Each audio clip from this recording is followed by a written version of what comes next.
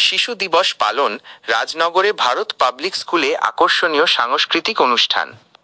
আজ 14ই নভেম্বর ভারতের প্রথম প্রধানমন্ত্রী পণ্ডিত জওহরলাল নেহেরুর জন্মদিবস।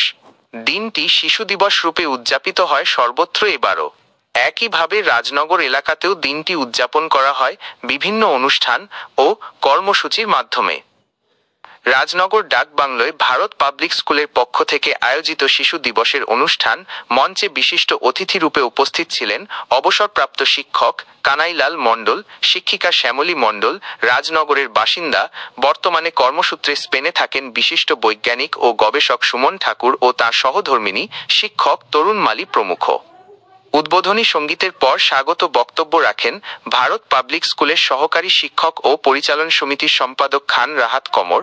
বক্তব্য রাখেন বিদ্যালয়ের প্রধান শিক্ষক সুকান্ত ঠাকুর, শিক্ষিকা শ্যামলী মণ্ডল সহ অন্যান্যরা। গান, ছড়া, স্পিচ, নাটক, নৃত্যানুষ্ঠানে অংশ নেয় বিদ্যালয়ের কচি কাঁচা পড়ুয়ারা।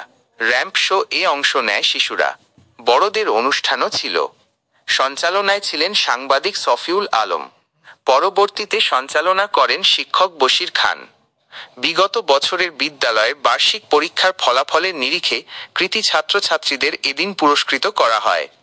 অভিভাবক, অভিভাবিকা ও সংস্কৃতি প্রেমীদের উপস্থিতিও ছিল যথেষ্ট। স্কুলের শিক্ষক, শিক্ষিকা ও সহযোগীদের তৎপরতাও ছিল চোখে পড়ার মতো। বীরভূমের রাজনগর থেকে মোহাম্মদ সফিউল আলম ও বিশ্বজিৎ ঘোষের রিপোর্ট, লোকাল নিউজ।